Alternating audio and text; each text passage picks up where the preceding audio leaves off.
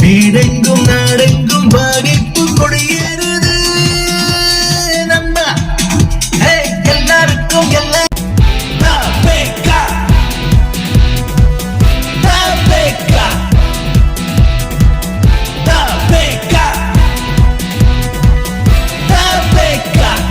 நெஞ்ச தட்டி சொல்லு நேரா நேரா நிமிர்ந்து நில்லு நம்ம தலைவன் நல்ல தலைவன் நாள வந்துட்டாரு